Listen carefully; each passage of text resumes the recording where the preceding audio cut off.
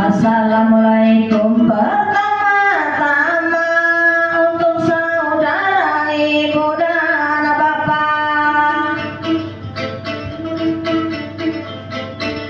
Terima kasih Bu Titi. Bapak Ibu sekalian, peserta diskusi kelompok terkumpul yang saya hormati, perlu saya sampaikan di sini kepada Ketua Tim Penelitian Dana Indonesiana, Ibu, di sini ada beberapa undangan yang kami undang. Ya.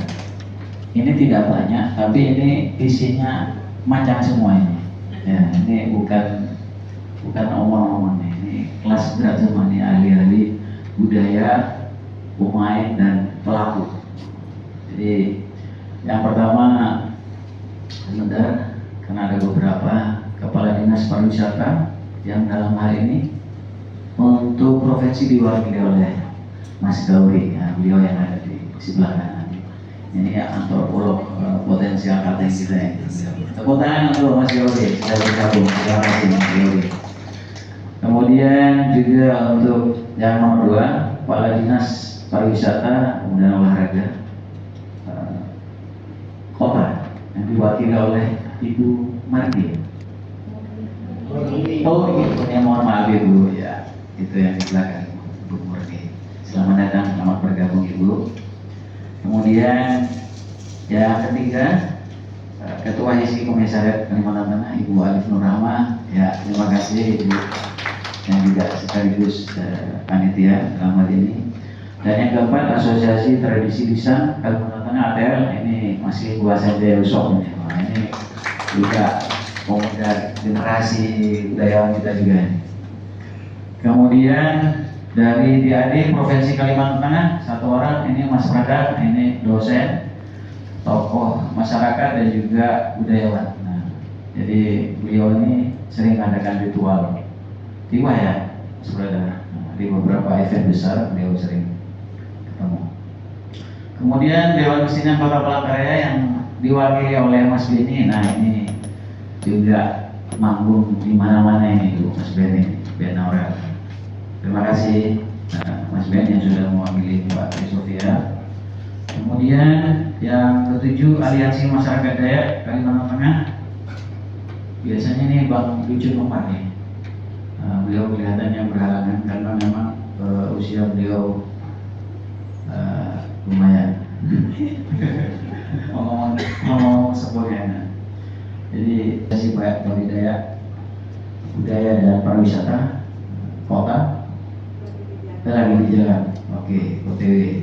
Dan yang terakhir adalah pelaku seni yang tadi Ibu Titi Surya SPD, juga seorang guru. Bapak Ibu sekalian, itulah peserta dari diskusi kelompok terkumpul kita pada hari ini. Dan perlu saya perkenalkan, yang pertama adalah Profesor Dr. Novi Anugrah Yeti, MPU. Beliau yang menjadi ketua tim peneliti di dalam penelitian Dana Indonesia. Beliau dosen di UNJ, Universitas Negeri Jakarta.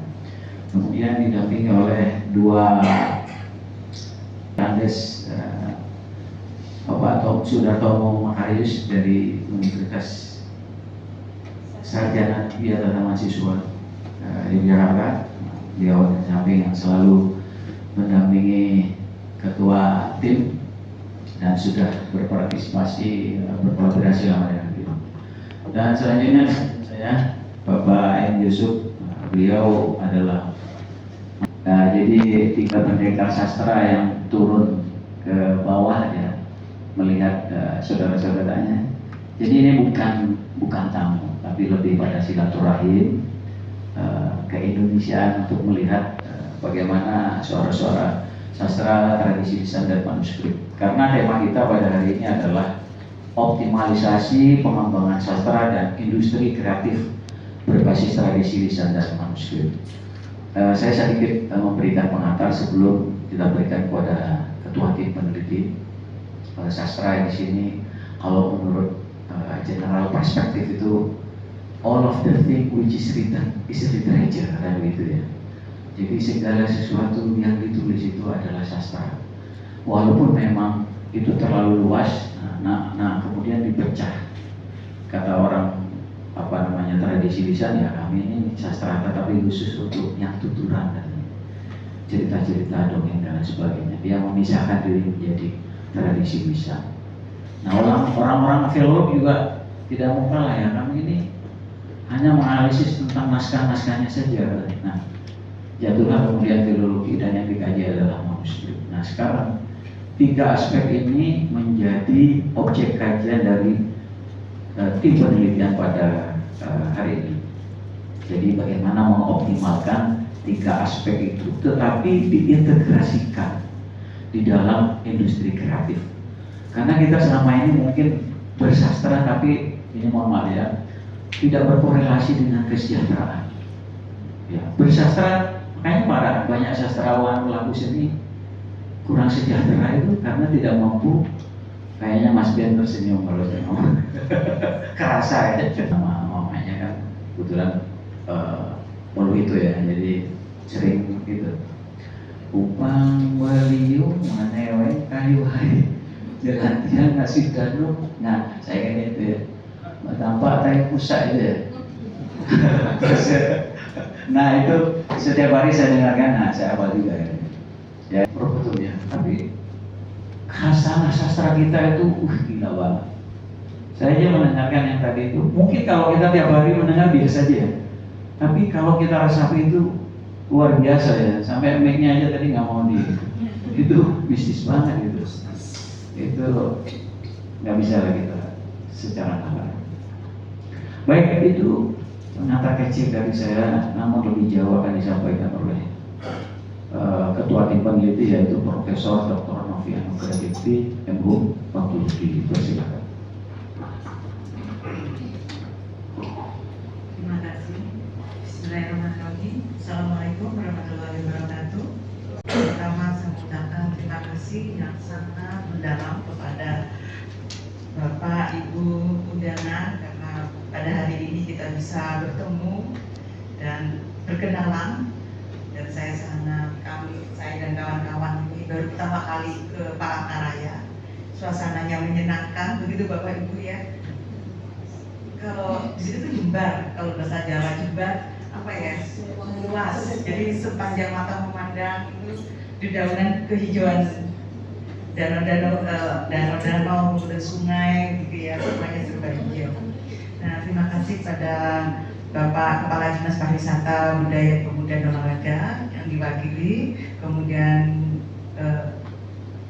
Bapak Kepala Dinas Pariwisata, Budaya, Pemuda dan Olahraga Kota Palangkaraya juga yang diwakili, kemudian Balai Bahasa Kalimantan, Hiski Komisariat, Bu Alifah, kemudian Asosiasi Tradisi Lisan, kemudian DAD, Dewan Kesenian Palangkaraya, Aliansi Masyarakat Dayak, Asosiasi Bawi Dayak, dan pelaku seni Bu Titis, semuanya saya sampaikan terima kasih sangat mendalam.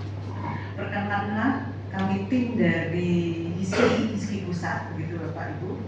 Jadi Hiski ini ada Hiski Pusat, dan Hiski Pusat ini memiliki komisariat di komisariat 17 November 1988 ditutup puncak oleh Profesor Dr. Sapadi Djoko Damono dari Fakultas Ilmu Budaya Universitas Indonesia. Itu adalah pertama kali sebagai Ketua Umum Hiski, Bapak Ibu. Nah, saya menjadi Ketua Umum sejak 2023 Desember sampai Desember 2020. Dan Mas Imam, Mas Yusuf, Pak Tomo ini adalah bagian dari pengurus pusat. Nah, Hiski didukung oleh 70 komisirat, Bapak Ibu, berarti sekitar 3.000-an anggota. Ini yang aktif. Kalau yang tidak aktif dalam arti belum aktivasi kartu itu sebanyak sekitar 6.000-an peserta anggota gitu ya, yang tersebar dari Aceh hingga Papua. Adapun kegiatan Hiski diarahkan pada peningkatan apresiasi kesastraan dan juga kebudayaan. Di sini sastra tidak hanya sastra Indonesia tapi juga sastra asing. juga sastra daerah, mulai sastra Inggris, Jerman, Jepang, China, dan sebagainya. Adapun dalam setiap pertemuan dapat memperluas akses keterlibatan masyarakat, dalam arti bahwa HISKI ini tidak hanya sebagai organisasi profesi para dosen, sastrawan, dan juga kita bermitra dengan masyarakat. Nah, ini Bapak Ibu kantor HISKI. Kalau ke Jakarta silahkan singgah di Jalan Ampera Raya nomor 11, jadi di Geraha STR, Jakarta Selatan. Nah, ini pada tanggal 8 Januari 2025 kita syukuran kantor HISKI. Ya. Di sini nasi tumpeng kuning, kalau di Palangkaraya juga sama ya, kita keselamatan tumpeng kuning atau opsi sebutannya ya. Nah, Bapak Ibu, kami mohon dibantu HISKI Pusat, HISKI Komisariat untuk bersama-sama mengerjakan atau melaksanakan kegiatan dari Dana Indonesia. Jadi ini semuanya menjadi mitra HISKI. Adapun kegiatan itu berjudul optimalisasi pengembangan sastra dan industri kreatif berbasis tradisi lisan dan manuskrip, tadi disampaikan oleh Mas Imam. Jadi bagaimana kita mengembangkan tradisi lisan, jadi sastra yang berorientasi basisnya tradisi lisan dan manuskrip. Nah, di sini, hal tersebut sebagai langkah strategis di halnya Undang-Undang Nomor 5 2017 bahwa kekayaan budaya, kekayaan sastra itu merupakan bagian dari objek kemajuan kebudayaan. Yang pertama, kita sebagai masyarakat Indonesia wajib untuk melindungi, kemudian mengembangkan, memanfaatkan, dan mengadakan pembinaan. Dan semua kegiatan itu, langkah-langkah itu sebagai pempertahanan kebudayaan. Jadi kita merawat kebudayaan, merawat sastra melalui tahapan-tahapan demikian. Nah, untuk itu Dana Indonesia ini pada tahun pertama, ini adalah untuk tahun ketiga. Tahun pertama adalah bermitra dengan kawan-kawan HISKI kreatif ini, kita berikan sebuah reward, jadi sebagai bentuk apresiasi. Kita bisa katakanlah 10 terbaik, 10 yang terpilih, kemudian kita mengambil 5 peringkat yang terbaik. Sedangkan luaran program dari pelatihan atau BIMTEK yang pertama itu karya sastra bisa berbentuk puisi, cerita rakyat, novel, drama, skenario yang dilandaskan pada narasi-narasi tradisi lisan yang ada di Palangkaraya dan manuskrip yang ada di Palangkaraya. Nah, nanti semuanya itu akan dikumpulkan dan diterbitkan dalam bentuk buku. Jadi buku hasil komunitas sastra, siswa, guru, dan juga anggota HISKI Palangkaraya. Kemudian juga ada karya aliwahana, yaitu pengaliwahanaan yang dilatihkan yang pertama itu dalam bentuk musikalisasi puisi, pembacaan cerita pendek, kemudian juga ada cenderamata, animasi, dramatisasi puisi, jika yang direkam, kemudian sendera tari, jadi aliwahana ya, kemudian rekaman produk dan proses, dan juga pergerakan seni pertunjukan dan manuskrip ke baju adat. Jadi semalam saya ke rumah Bu Miss cerita dan Pak Imam, ternyata dari naskah menjadi baju ya, kostum adat gitu. Ya. Nah, hasil pengaliwahanan tersebut diunggah ke YouTube. Jadi nanti itu YouTube-nya YouTube HISKI, ya sama HISKI, kemudian Dinas Pariwisata, APR, Manasa digabung semua. Jadi ada logo-logo. Jadi bahwa kerja ini adalah kerja bersama, begitu Bapak. Kerja kolaboratif. Jadi nama silahkan ada. Jadi semuanya bersama-sama ada dalam karya itu. Kemudian catatan program pengaliwahanaan dapat dilakukan secara terstruktur dengan waktu dan tempat yang sudah dirancang serta disesuaikan dengan program festival gelar program. Kemudian semua program publik didokumentasikan dalam bentuk dokumen dan video. Jadi ada rekaman video visual setiap kegiatan.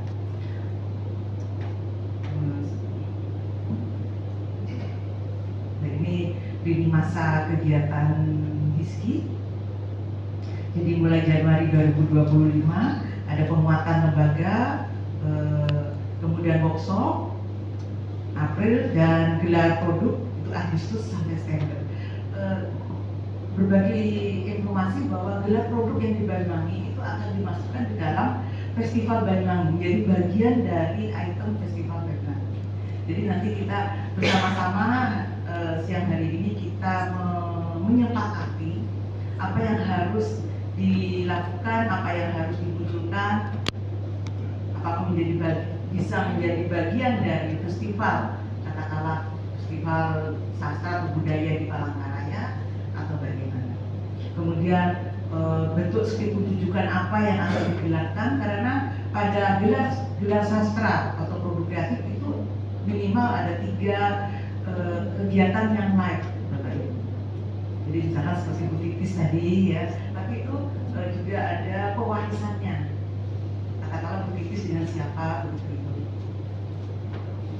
Nah, ini Bapak Ibu peta jalan organisasi HISKI 2024 hingga 2028. Jadi tahun ini 2025 HISKI pengembangan sastra dan produk industri kreatif basisnya sastra ngisi lisan dan manuskrip di Banyuwangi dan Palangkaraya. Kemudian tahun berikutnya Aceh dan Papua. Tahun ketiga ada di NTT dan Maluku. Jadi bisa tahun pertama ini kalau kita berhasil sukses, otomatis kawan-kawan yang menjadi tim inti seperti hari ini akan kami ajak pula pada tahun berikutnya sebagai bentuk kolaborasi. Ini estimasi pendanaan, bagaimana kita hal yang sedikit menjadi optimal, Bapak Ibu. Jadi ada sekitar 124.074.400 untuk Palangkaraya, sedangkan Banyuwangi 115.938. Saya kira hal yang baik untuk pengembangan kesastraan dan kebudayaan, mari kita pikirkan bersama siang hari ini. Mari berkolaborasi, berproses bersama. Terima kasih. Wassalamualaikum warahmatullahi wabarakatuh. Ingin mendengar masukan dari para tokoh budayawan pelaku yang relevan tentu dengan tema yang kita angkat pada siang hari ini ya. Jadi Ketua Tim, Prof. Mohon izin menyampaikan permohonan maaf dari Kepala Dinas karena tidak bisa hadir dan saya diminta untuk mewakili beliau pada kesempatan ini. Bicara tentang sastra lisan dan juga manuskrip di lembaga organisasi seperti Dewan Kesenian Palangkaraya, ini mungkin terbantu juga nih teman-teman sastrawan, pelaku-pelaku sastra. Mudah-mudahan itu memang menjadi langkah awal, walaupun kami sedang membuat formulasi yang gagal lagi nih sebenarnya. Kemarin di 2024 sebenarnya ada berbicara dengan legislatif sudah, tapi kami tidak berani publish. Waktu itu memang kami ada mau buat kegiatan yang namanya ya sederhananya pekan bahasa daerah. Jadi mau membuat suatu kawasan, menyeting suatu kawasan di mana di sana daerah-daerah itu kan Kalimantan Tengah ini banyak sekali bahasanya. Jadi mungkin mewakili Das Barito, Das Harun, kemudian Kahayan dan sekitarnya. Jadi punya wadah masing-masing itu untuk memunculkan karya sastra dari masing-masing tempat. Dan hanya ada satu karya sastra lisan yang sudah ditetapkan sebagai BPTB, itu namanya Saksana Bandar. Itu sudah diakui. Jadi ya semacam cerita ya Pak Branda ya, cerita tentang dua tokoh namanya Banda dan Sumbu Kurung. Dan ternyata di dalamnya kami menemukan beberapa fakta arkeologis. Sebelumnya itu sudah melakukan penerjemahan terhadap beberapa manuskrip yang ada di wilayah Kota Waringin, terutama Kota Waringin Barat. Memang di sana kita menemukan beberapa manuskrip karena memang di sana hanya daerah Kota Waringin Barat lah daerah yang punya kesultanan kerajaan ya di Kalteng.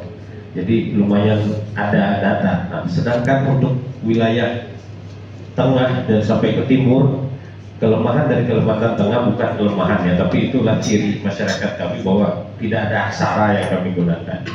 Sehingga itu yang membuat cerita-cerita itu hanya berbentuk oral history, dan kemudian beberapa tadi menjelma menjadi Sasana Bandar, Kayau Pulang namanya, kemudian Tetek Katung, dan kalaupun memang ini nanti di sana tadi bagaimana Ibu Prof sampaikan bagaimana kita berkolaborasi untuk hal ini, saya rasa akan lebih baik apabila kita bersama-sama ada forum internal lagi di daerah, mempertemukan baik provinsi maupun kota dan juga teman-teman pegiat dari komunitas juga, bagaimana kita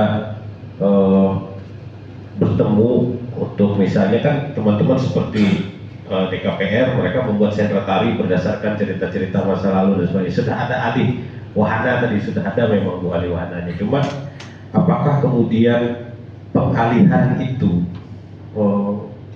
berada pada rule yang benar kan masih belum kita bisa pastikan, Bu.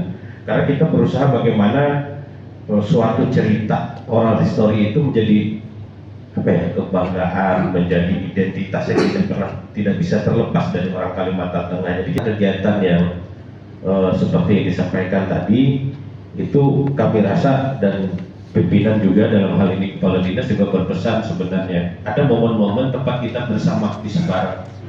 Mungkin kan tadi kalau ini ditargetkan di bulan Juni Juli, saya tadi berpikir oh ini bulan Mei ada festival budaya Semulang, bisa nggak connect nanti gitu. Nanti di Palangkaraya juga mungkin ada festival dalam rangka memperingati Kota Palangkaraya, itu mungkin juga bisa disatukan, karena provinsi juga pernah menerima tawaran dari, saya nggak tahu sekarang ya, bukan dulu Kementerian Koordinator Bidang Budayaan ya, dulu Indonesia Palangkaraya pernah ditawari untuk menjadi salah satu kota kreatif. Iya, kota kreatif itu, Bu. Sudah kami catat apa yang disampaikan. Banyak hal yang kita bisa tidak lanjut terkait dengan masuknya tokoh Sasana Bandar ya di dalam BPTB ya. Nah, itu buat saya nilai plus. Ini cocok dengan kita karena ini pengembangannya, Bu ya. Sudah ada, tinggal bagaimana kita mengembangkan. Nah, terkait dengan manuskrip, kalau Kota Palangkaraya memang agak terbatas ya, Mas Gauri ya. Tapi betul, bukan berarti selanjutnya dengan Kepala Dinas Pariwisata, tapi untuk yang kota, Bu Murni. Ya. Saya sudah sering sebenarnya nama Bu Murni saya dengar ya. Assalamualaikum warahmatullahi wabarakatuh. Selamat siang, salam sejahtera untuk kita semua. Mohon izin kami menyampaikan permohonan maaf dari Ibu Kepala Dinas yang pada siang hari ini tidak bisa berhadir di tempat ini karena ada penugasan lain di Kelurahan Sekorong, sehingga menugaskan kami dari bidang kebudayaan untuk mewakili beliau berhadir di sini. Baik, apa yang disampaikan oleh Butpar Provinsi itu sudah lengkap, sudah terakomodir semua. Benar. Efisiensi. Efisiensi. Ya, terkait dengan tradisi lisan, sastra lisan yang ada di Kota Palangkaraya ini, memang dalam pokok pikiran kebudayaan Kota Palangkaraya ini masih belum terakomodir dan tercatat di dalam PPKD Kota Palangkaraya. Ada sastra lisan, tapi itu dalam bentuk ketikan, tidak berupa tulisan tangan, manuskrip seperti itu. Nah, jadi ketika kami menyusun oleh tim PPKD Kota Palangkaraya, manuskrip itu masih dalam posisi kosong. Nah, sehingga bagi kami untuk mencari data-data itu di Kota Palangkaraya ini, kami sedikit agak kesulitan seperti itu. Nah, terkait dengan apa namanya yang bisa dikolaborasikan dengan kegiatan yang ada di Kota Palangkaraya, bahwa pada bulan April tahun 2025 ini di akhir direncanakan tanggal 23, 24, dan 25 akan dilaksanakan kegiatan Festival Palangkaraya, di mana kegiatan Festival Palangkaraya itu pesertanya berasal dari 5 kecamatan yang ada di Kota Palangkaraya ini, di mana dalam festival itu akan dilaksanakan berbagai macam lomba permainan tradisional, di mana dari berbagai macam cabang lomba itu ada salah satunya tradisi lisan. Tradisi lisan ini berupa sastra lisan, yaitu lomba karumut. Lomba karumut yang akan dilombakan pada kegiatan Festival Palangkaraya tahun 2025 ini. Nah, kemudian di bulan Juni akan dilaksanakan juga Festival Lewu Palangka. Nah, Festival Lewu Palangka ini dilaksanakan dalam rangka memperingati Hari HUT Kota Palangkaraya setiap tahunnya. Nah, di mana dalam kegiatan ini juga akan dimunculkan juga tradisi-tradisi lisan yang akan dilombakan dalam kegiatan Festival Lewu Palangka tersebut. Jadi untuk Kota Palangkaraya sendiri, manuskrip yang tertuang dalam PPKD masih belum ada, tetapi dalam 10 OPK salah satunya ada tradisi lisan, yaitu lomba karumut dari berbagai pesertanya, dari seniman, dari pelaku seni budaya, sanggar-sanggar, itu biasanya ikut sebagai peserta. Nah, seperti itu. Jadi kami membuka peluang kepada 5 kecamatan yang ada di wilayah Kota Palangkaraya ini untuk dapat berpartisipasi dan turut serta dalam pelaksanaan kegiatan festival tersebut. Mungkin itu yang dapat kami sampaikan. Mohon maaf bila ada hal yang masih kurang dan belum berkenan. Terima kasih. Wassalamualaikum warahmatullahi wabarakatuh. Tadi saya berkaitan dengan festival, ya, festival yang Festival Palangkaraya dan Festival Lewu Palangkaraya, gitu ya, Ibu ya. Lewu Palangka. Oh iya. Jadi itu di bulan April sama bulan Juli ya, Bu ya? Iya, April dan Juli. Oke, siap Ibu. Ini masuk juga catatan. Siapa tahu nanti acara kita bisa kolaborasi ya, Ibu ya. Disesuaikan nanti. Karena ada nuansa tradisi di sana kan? Itu dari Hizki Komisariat. Pak Imam. Perkenalkan, nama saya Alivia Nuramana. Beberapa waktu kemarin terpilih sebagai ketua Hizki. Sementara saya juga menjabat sebagai koordinator Prodi Pendidikan Bahasa dan Sastra Indonesia. Mungkin saya ingin bercerita.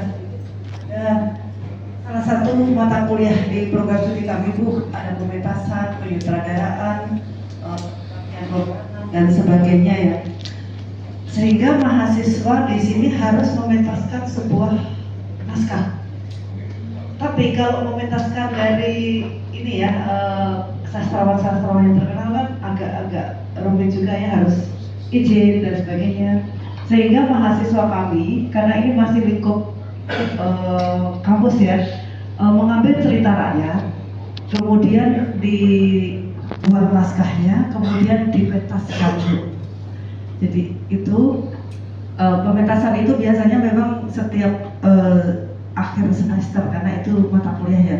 Yang terakhir kemarin sempat dipentaskan itu berjudul Dahang Balik Dahan. Artinya darah dibalas dengan darah gitu ya.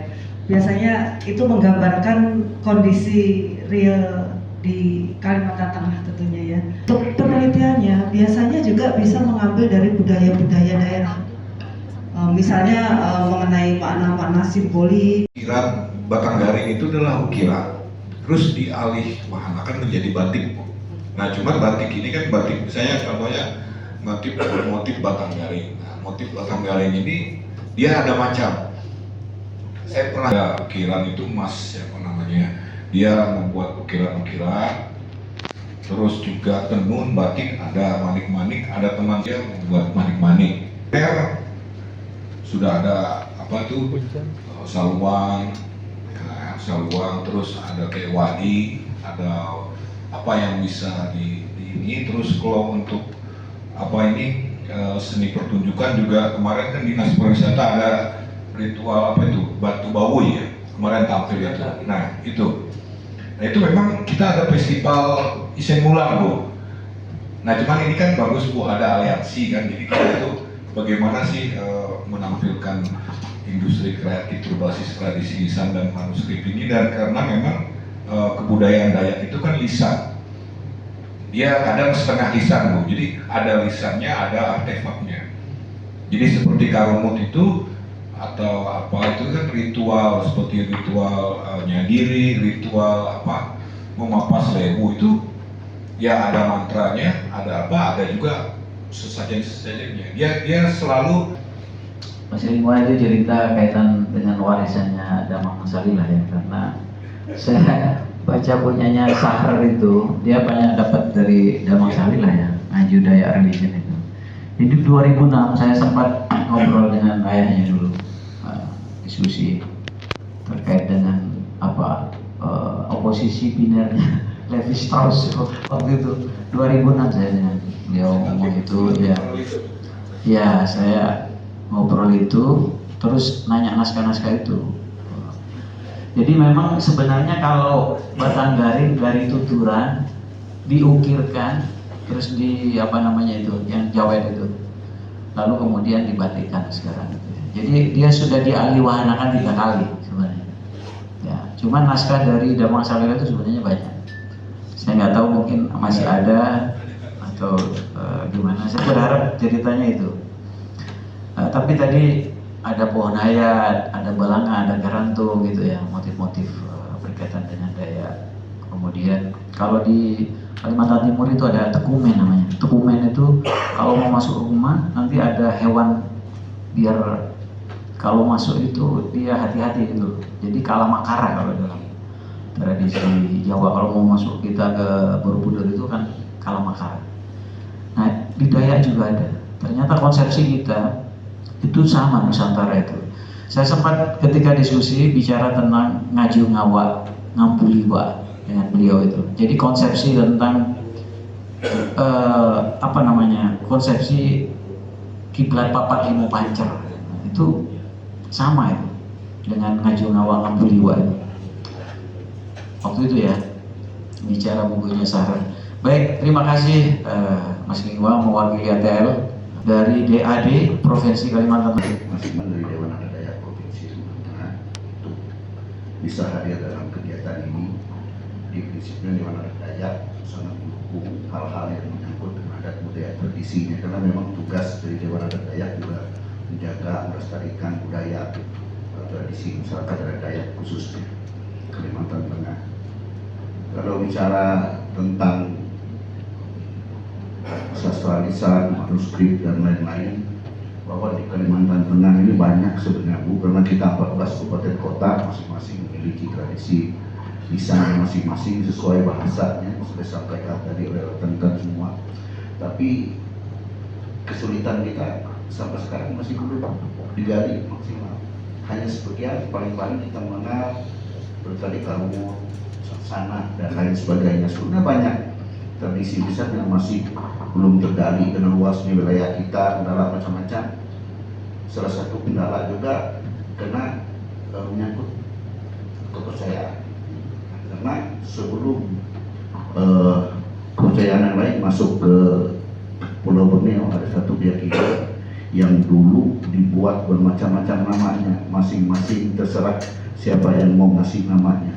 Ada yang menyebutnya agama Ngaju, agama Helu, Hayden, Pradengker, macam-macam namanya yang disebutkan.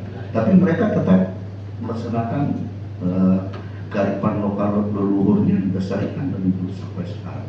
Sampai kemudian di tahun 50-an melekatlah satu nama yang disebut dengan Keharingan. Nah, kemudian 80 seperti yang disampaikan tadi sudah integrasi, bergabung, bukan pindah ya, bergabung dengan Hindu. Jadi Hindu Keharingan ini kan ada tuntutan undang-undang, tuntutan negara kita ini yang wajib harus seperti itu. Kalau tidak ada agamanya nanti kita ditulis kepercayaan. KTP kan sekarang penganut kepercayaan katanya kalau tidak beragama. Jadi salah satu hal itu juga yang membuat, karena kadang-kadang kalau mengangkat budaya kita, tradisi lisan kita, manuskrip kita pasti akan terangkat yang tradisi harinya pasti akan terangkat itu. Salah satu contoh kalau di Tiwa itu ada yang namanya Hantera. Orang Hantera itu dia bercerita awal kehidupan, bagaimana kehidupan di dunia ini, bagaimana sampai dilahirkan, bagaimana almarhum yang ditiwakan ini sampai ke Dewa Tatau dia umpang tulang rumput Raja Isen kembali suhat sudah. Dia menceritakan hal itu, bagaimana kehidupan yang bersangkutan, tanda melanda sama yang disampaikan dari Batang Hari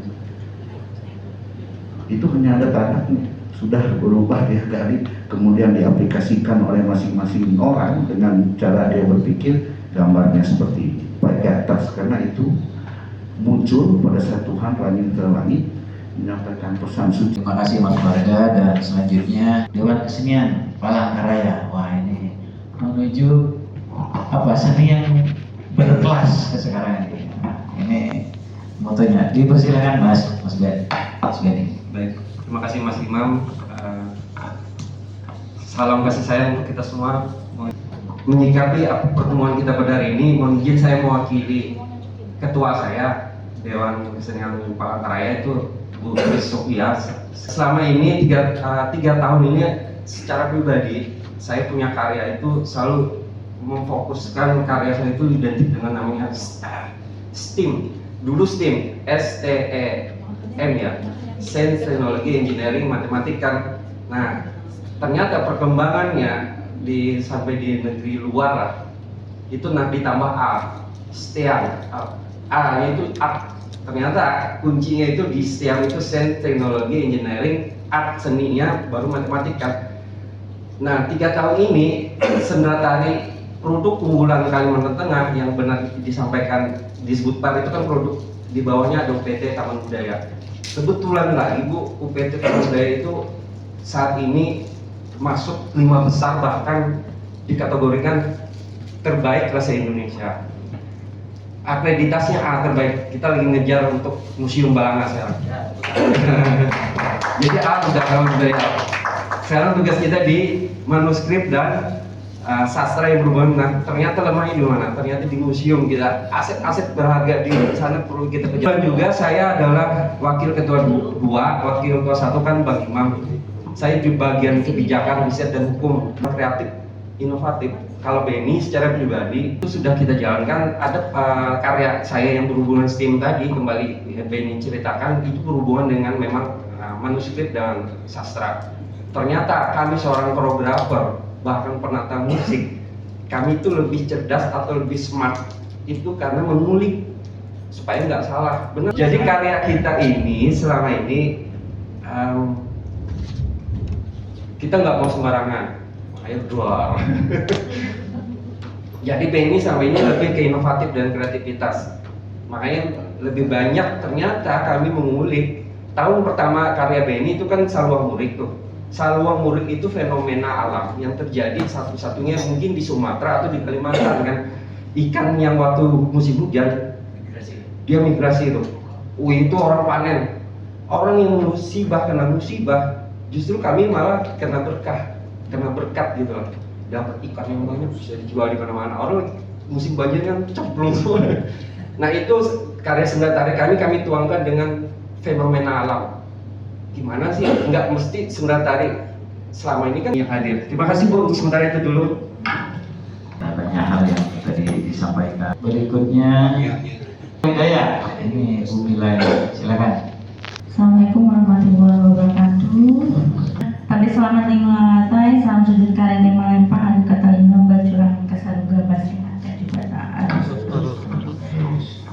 Baik, alhamdulillah, terima kasih.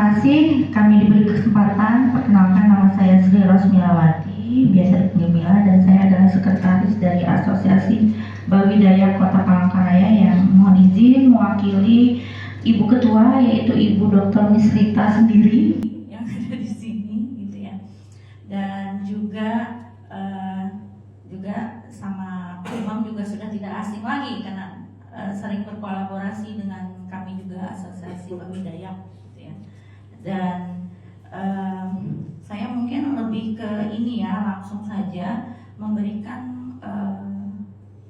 masukan dan saran karena saya lihat ini kan memang diskusi kelompok kita ini kan memang arahnya bagaimana kita mengoptimalisasikan pengembangan sastra dan industri kreatif berbasis tradisi lisan dan manuskrip, khususnya kalau sekarang kan di Kalimantan Tengah itu sendiri. Nah, kita menyadari memang untuk yang harus kita lihat itu adalah anak muda sekarang gitu, karena mereka generasi kita ke depannya. Nah, mungkin mereka yang harus lebih banyak kita libatkan seharusnya ya, walaupun ya tokoh-tokoh dewan, adat dan sebagainya yang sudah senior juga tetap harus ada, tapi lebih banyak ke mereka sebenarnya.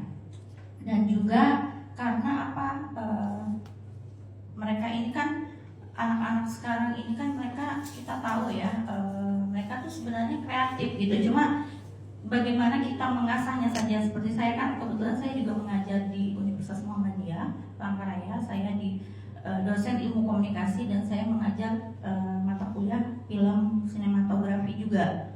Nah, itu biasanya saya berusaha untuk melihat juga anak-anak itu minatnya kemana gitu. Kalau di film ternyata mereka juga banyak minat membuat film itu sebenarnya lokal gitu. Cuma anak-anak itu bingung gitu loh untuk mencari narasumber. Nah, itu juga kelemahan kita ternyata di Kalimantan Tengah ini. Yang kita sebut tokoh itu siapa aja gitu, yang sebenarnya yang memang kita anggap kompeten untuk membantu. Misalnya seperti anak-anak itu membuat film kan, misalnya mereka ingin mengangkat cerita-cerita daerah gitu melalui film gitu. Nah, itu yang kesulitan. Makanya saya sering berdiskusi, untungnya alhamdulillah saya tuh kenal sama Pak Imam, Bu Miss Rita kan, karena saya tahu beliau memang berdua konsen di bidang itu, jadi sering dibantu gitu, dicarikan siapa yang kira-kira. Nah, saya tuh bingung juga sebagai dosen itu nyarinya tuh kemana nih sebenarnya gitu. Walaupun saya juga sering bawa mahasiswa saya juga kuliah lapangan ke tadi kayak ke museum itu supaya mereka juga mengenal adat dan budayanya sendiri. Nah, malahan mahasiswa saya pengen buat tugas akhir tadinya. Nah, terkait dengan tugas akhirnya dalam bentuk membuat film lokal gitu, film yang berbasis budaya lokal. Nah, kemudian berkaitan juga dengan manuskrip yang kita bicarakan pada hari ini, dan juga terkait dengan untuk mengembangkan bagaimana industri kreatifnya. Nah, khusus untuk manuskrip ini saya mungkin bisa memberikan saran juga, karena kita ini memang di dunia digital gitu. Harusnya manuskrip itu memang sudah disediakan dan diinformasikan lah, sudah disediakan dan diinformasikan dalam bentuk digitalisasi sebenarnya. Jadi kita rekam, kita dokumentasikan gitu, khususnya di Kalimantan Tengah ini sendiri. Karena kebetulan selain saya juga mengajar film dan sinematografi, saya juga kan mengajar komunikasi berbahasa daerah budaya Dayak gitu ya. Nah, di situ juga kan kita juga kan harus mengkolaborasikan gitu ya. Nah, dan harus punya pengetahuan yang sangat luas ya terkait dengan kita ini punya apa saja peninggalan-peninggalan yang dimiliki oleh Kalimantan Tengah. Nah, itu juga kita kesulitan tuh Pak untuk mencari. Dan alhamdulillah syukurnya sekali lagi saya tuh ketemu bukunya Pak Dr. Imam gitu. Beliau juga bercerita tentang Kalimantan gitu, Kalimantan Tengah juga gitu. Nah, itu juga jadi salah satu tambahan untuk saya gitu. Nah, tapi selain beliau ini saya nggak tahu lagi gitu siapa-siapa lagi. Kemudian ada Pak Openi, terus siapa Pak Usuk gitu kan, dan yang lain sebagainya. Kalau Pak Parada LKDS saya juga udah tahu, beliau juga sekeluarga kan memang tokoh tokoh ya. Nah, beliau dan kemudian juga mungkin ini juga salah satunya tadi kalau misalnya festival itu kan kita sudah biasa ya. Memang festival pasti setiap tahun setiap daerah kan pasti mengadakan. Cuma apa sih yang hal lain yang bisa kita angkat di festival itu kan memang kayak permainan-permainan yang selalu juga dikenalkan gitu ya, kayak kita di Kalteng ini permainan-permainan rakyat zaman dulu gitu ada diperkenalkan. Nah, cuma kalau saya rasa harus juga kita kolaborasikan dengan hal-hal yang bisa menarik generasi muda lagi gitu, seperti misalnya kayak cerita rakyat juga kita buatlah seperti kayak saya ini sebenarnya senangnya sekarang nonton televisi itu sudah tidak pernah sama sekali, tapi saya nontonnya di media sosial atau media digital. Nah, saya sering melihat tuh muncul kayak cerita-cerita drama Korea, drama-drama Cina yang pendek-pendek ya. Nah, kenapa kita di daerah atau yang berbasis budaya tidak membuat juga seperti itu? Web-web yang kita kelola, kita buat dalam bentuk novel misalnya, cerita-cerita rakyat itu gitu, dipromosikanlah melalui Instagram. Seperti itu selalu muncul tuh saya lihat. Masa kita akhirnya nanti kenalnya malah budaya Cina gitu kan, malah budaya Korea gitu ya. Nah, seperti anak-anak muda juga seperti itu saya lihat, mereka juga suka nonton tuh. Nah itu kemudian kemarin saya juga mengapresiasi Balai Bahasa di Kalimantan Tengah memang sebenarnya sudah mulai juga saya lihat melibatkan pelajar dan mahasiswa dengan melakukan kemarin penulisan kreatif ya terkait dengan sastra. Nah, saya juga ikut kemarin situ dan di situ tidak hanya melatih membuat, tapi kita kemarin juga diminta akhirnya sama-sama membuat puisi kemudian dibuat dalam bentuk e-book. Nah, saya nggak tahu tuh apakah sudah selesai atau belum. Nah, mungkin hal-hal seperti itu, nah itu yang saya rasa bisa menjadi juga salah satu daya tarik gitu dan memudahkan karena dia formatnya kan bentuk digital. Nah, kemudian yang terakhir mungkin ini kaitannya dengan kita menarik juga sastra, dan sastra ini kan sebenarnya bisa menarik juga ya, apalagi nih bunyinya tadi industri kreatif ya. Nah, seperti misalnya souvenir, saya belum tahu atau belum karena saya nggak tahu ya. Tapi saya rasa di Kalteng ini belum ada saya menemukan baju-baju souvenir yang bertuliskan sastra gitu. Pernah ada nggak gitu? Nah, itu kayaknya bisa menjadi masukan buat kita gitu, salah satunya gitu. Nah, diberikan di souvenir kayak baju kaos gitu kan. Yang selama ini kan ada mungkin hanya baju kaos bergambarkan batang garing gitu ya. Nah, seperti itu. Batik hanya seperti itu. Tapi untuk kayak tulisan-tulisan sastra itu tidak ada gitu yang isinya seperti itu. Nah, mungkin itu. Dan satu terakhir saya teringat tadi omongan Pak Imam, segala sesuatunya itu karena mumpung di sini mungkin juga ada yang mewakili pemerintah ya, seperti Dinas Pariwisata, kota dan provinsi gitu. Yang masalah kita itu sebenarnya adalah itu masalah klasik, duit. Tapi memang segala-galanya tidak duit, tapi semuanya perlu duit gitu. Nah, itu maksud saya, bagaimana caranya untuk pemerintah ini bisa benar-benar mensupport gitu terkait dengan seperti kegiatan seperti ini juga gitu. Yang khususnya tadi seperti saya bilang, seperti nanti misalnya membuat baju souvenir yang karya sastra, bisalah melibatkan kita semua gitu. Nah, itu saja mungkin saran, masukan yang bisa saya sampaikan dan kita diskusikan. Terima kasih. Kurang lebihnya saya mohon maaf. Wassalamualaikum warahmatullahi wabarakatuh. Baik, terima kasih dari Asosiasi Bawi Dayak Kota Palangkaraya, Mbak Mila. Sebenarnya ini yang bentuk ini anak tokoh-tokoh besar semua, Prof. Novi. Kalau Mbak Mila ini dari Tanjung Kirianau. Jadi daerah sana itu ada Jemaras, Lubuk Bunter, kemudian Sungai Patai, itu orang-orang daerah semua. Tapi saya kurang tahu juga dari keluarganya itu ada dari Kalbar gitu ya. Migrasinya bagaimana? Tetapi bahasanya itu bahasa Ngaju. Nah, itu yang kelihatannya belum diteliti ini kekayaan kebahasaan ya, orang Ngaju tapi dari beberapa background. Yang saya tahu juga ada keturunan dari kerajaan Manukung ya. Iya. Nah itu ini berbaur semua dan masih cicitnya nih Sabda Rahmat. Iya, kan dari Jemaras istrinya. Nah itu, jadi ada beberapa yang tadi disampaikan oleh Mbak Mila terkait dengan kesulitannya mencari narsum. Nah ini Mas Prade kayaknya perlu hadir setiap waktu ini, atau bikin hotline ya. Jadi kalau perlu langsung sambungan ke beliau ini, karena kesulitan narsum ada. Yang kedua yang berkaitan dengan sastra yang diekspresikan lewat kaos-kaos atau souvenir gitu ya. Ini itu penting banget itu. Jadi ada mungkin ya kaos yang ada petatah petitih Dayak. Nah itu kan namanya ditulis apa itu, Tampun Petak Manganasari ya, atau itu kan menarik itu. Jadi orang Dayak jangan hanya jadi penonton saja gitu, tapi dia juga jadi pemilik gitu kan. Nah keren ini. Itu saran dari Mbak Mila. Jadi katanya Denny Jia, yang bertahan itu bukanlah yang terbaik katanya, tetapi mereka yang mau berubah. Jadi kalau yang bisa bertahan sekarang itu bukan karena baiknya, tapi dia mau dinamis gitu, mengkontekstualkan dengan gerakan yang ada. Nah selanjutnya masih ada sekitar 2 ini.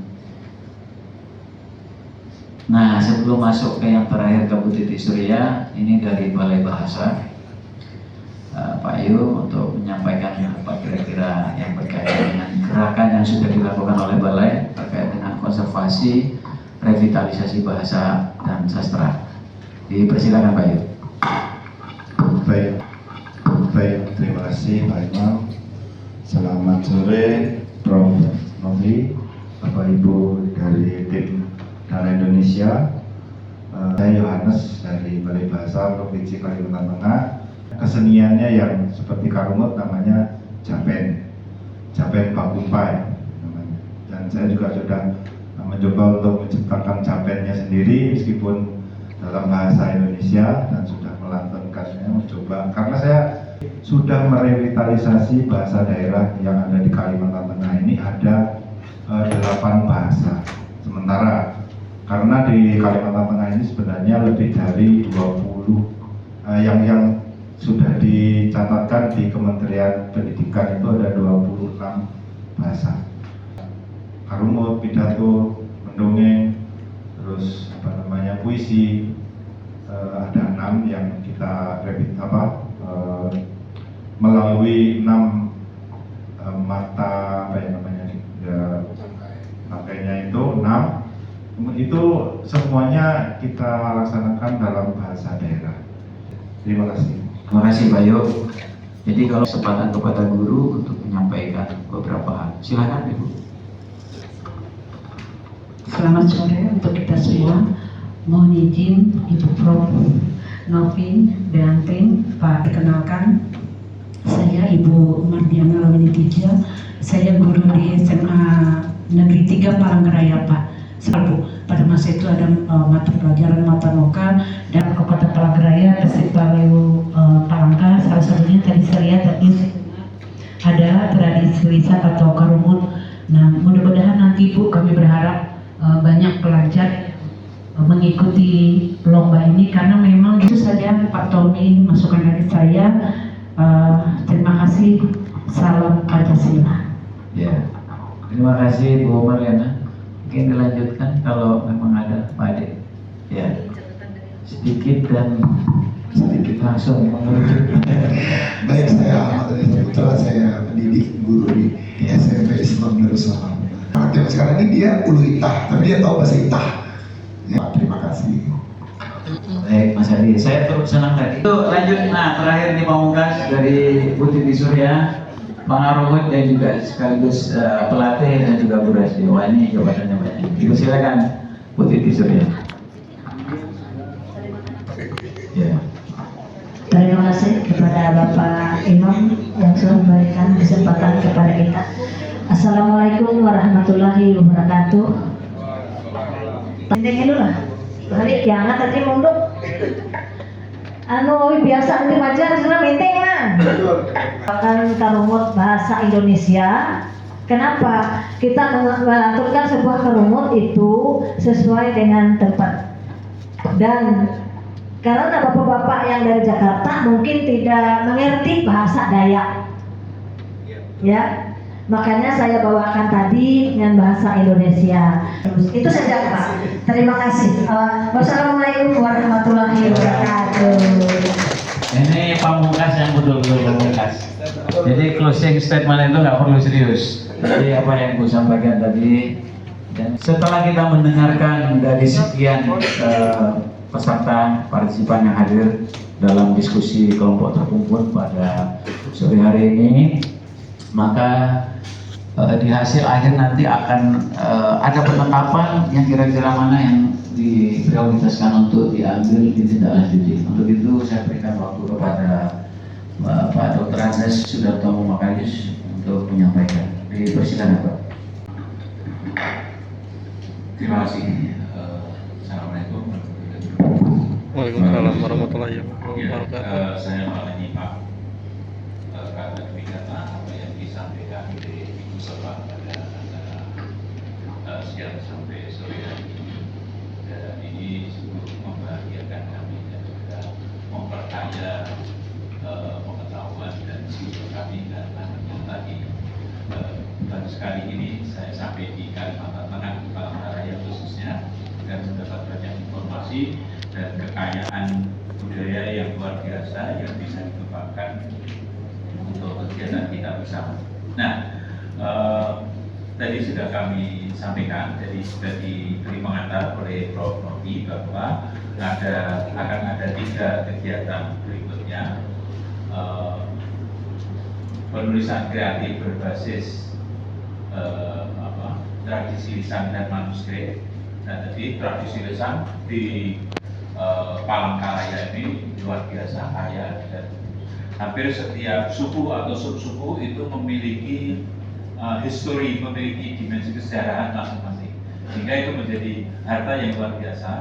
Kemudian juga tadi sudah disampaikan juga mengenai bahasa juga ada bermacam-macam, dan juga tadi disampaikan ada kategori C menurut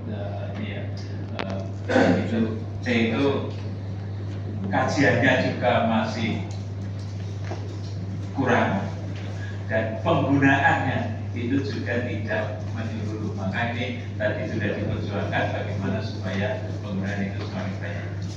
Nah, oleh karena itu nanti di dalam kegiatan penulisan kreatif sastra berbasis tradisi lisan dan manuskrip ini tentu akan difokuskan tadi pada yang mungkin bisa dijangkau itu adalah puisi, kemudian cerpen, dan cerpen itu nanti bisa juga sekaligus dikaitkan dengan karunut. Saya hanya tidak tahu karunut itu apakah ada ketentuan mengenai jumlah kata setiap kalimat atau setiap baris. Ada. Dalam satu lembar itu per bait aja. Iya, dia masuk apa? Kalau berbeda, masuk puisi juga dia, Pak. Saya pantun bukan saja. Oh. Ya, baik. Kalau begitu nanti tentu ini memerlukan. Jadi kalau misalnya nanti ada yang dalam bentuk puisi, barangkali puisi nanti bisa langsung dikarunkan ya. Tetapi mungkin yang cerpen itu perlu adaptasi lagi. Ya seperti kisah Yesus itu kan narasi. Nah, kemudian harus diubah menjadi teks yang sesuai dengan karunut. Ya. Itu jadi nanti saya kira ini pekerjaan yang ekstra juga. Tentu saja nanti Mas Benny akan sangat berperan di sini karena mengaransir nanti. Aransemennya bagaimana supaya itu pas gitu ya. Jadi puisi, cerpen, kemudian drama tampaknya juga berpotensi karena Bu Yuli ini juga bidang seni dan ada juga drama dan sendera tari, sehingga ini nanti juga berpotensi cerpen itu dikemas dalam bentuk narasi berupa adegan-adegan yang merepresentasikan adegan di dalam sendera tari itu. Kemudian yang sangat mengesankan juga tadi Bu Mila itu film pendek ini dari komunikasi. Nah ini sangat luar biasa ketika kami mengadakan audiensi dengan Menteri Kebudayaan. Kami memamerkan 5 buku, tapi kemudian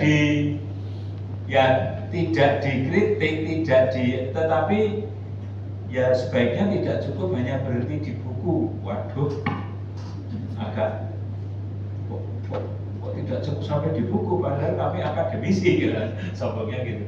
Karena ternyata harapannya apa? Harapannya supaya itu menjadi produk lanjutan. Produk lanjutannya apa? Sekarang anak-anak muda itu senang film-film pendek dan sebagainya.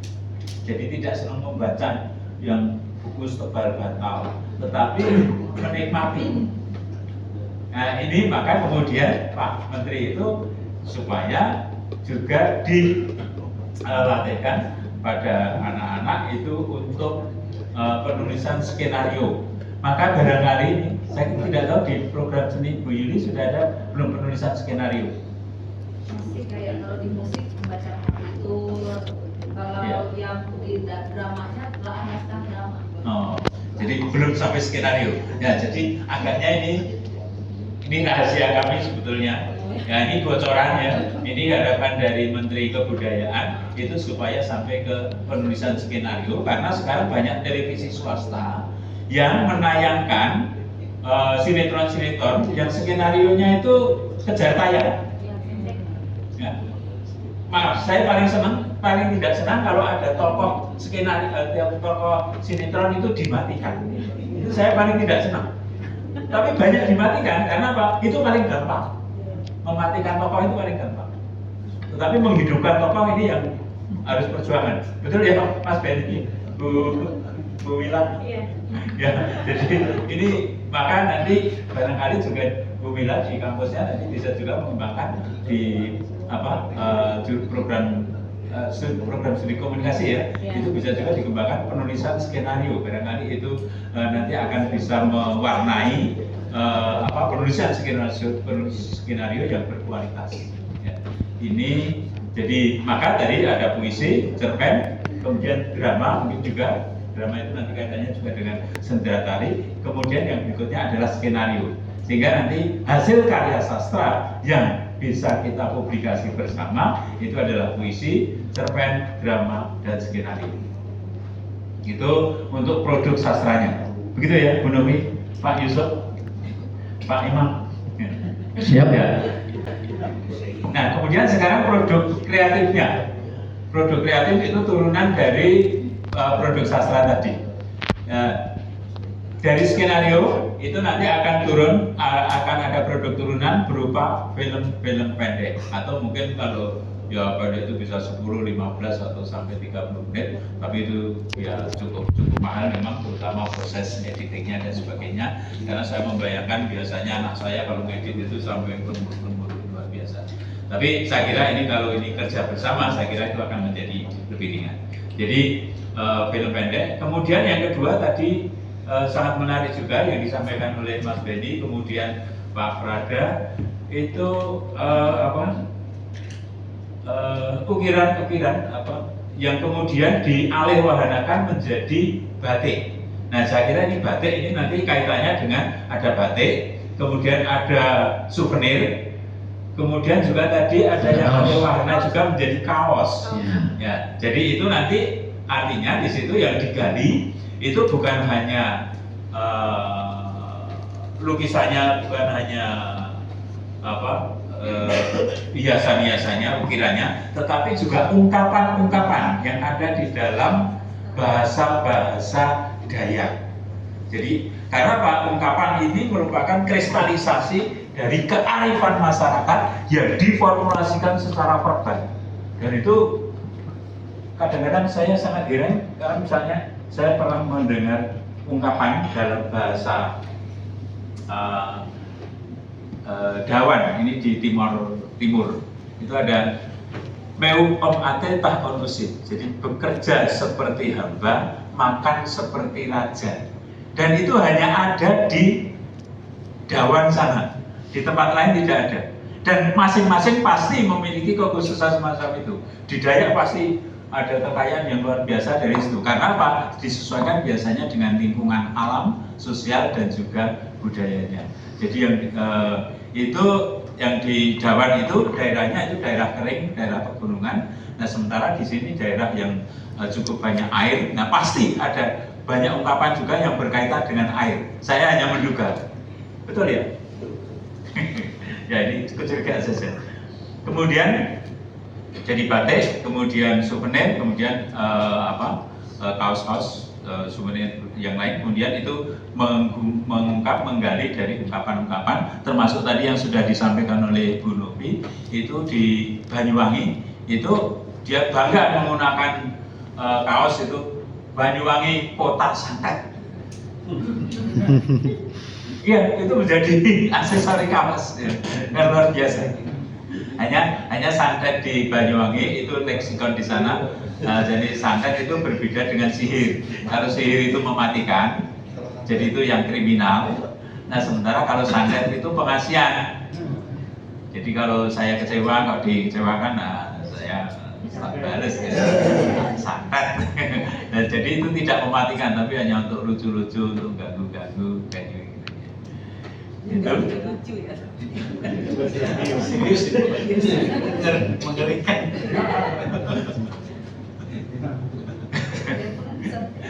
Iya.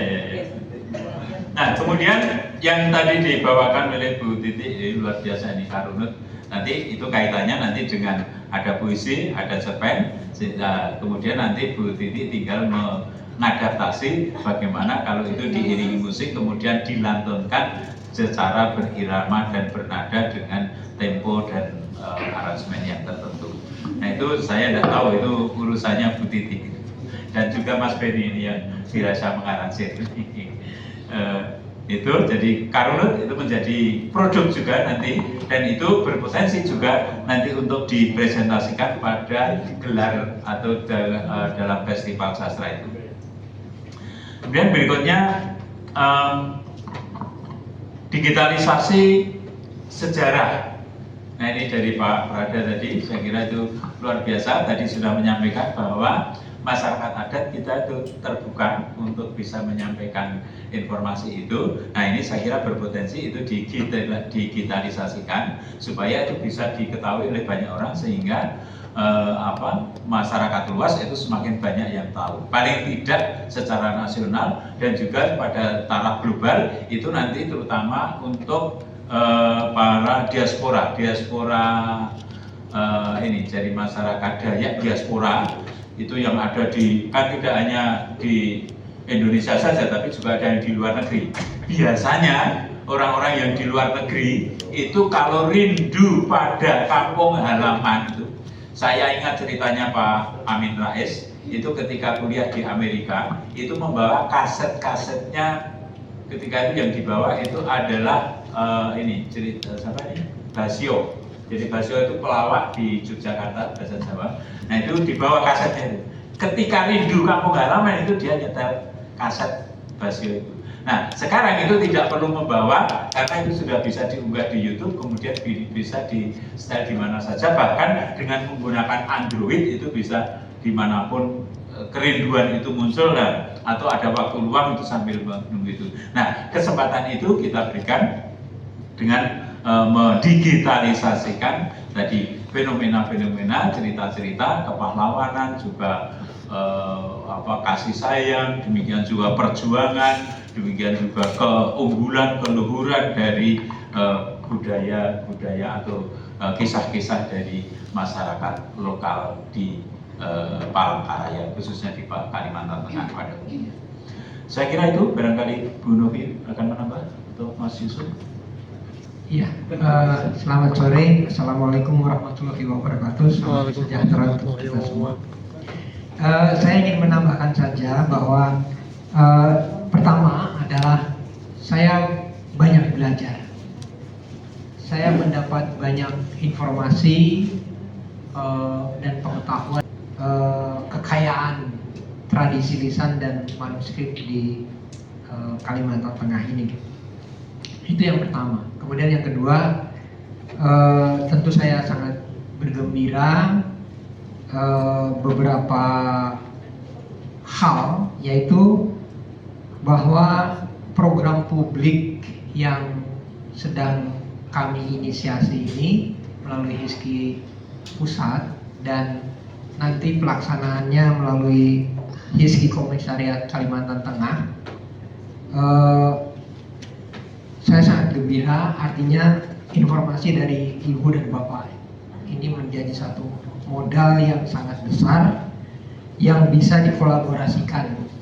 Jadi saya pikir inilah waktunya ya Pak Imam untuk kita bersama-sama bergandengan tangan mewujudkan potensi dan penguatan budaya yang ada di Kalimantan Tengah ini.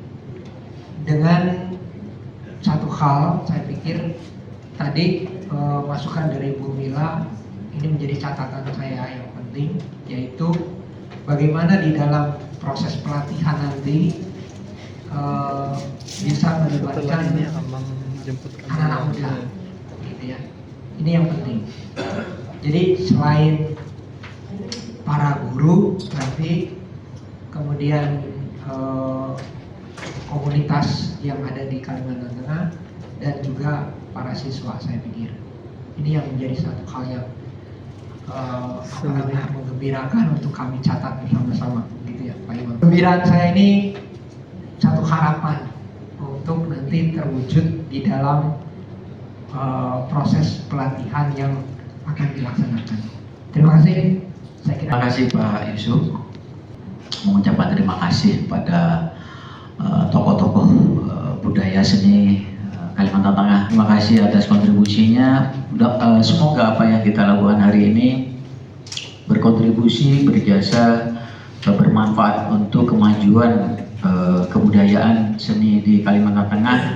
Salam Harati Bacahaya Kilomita.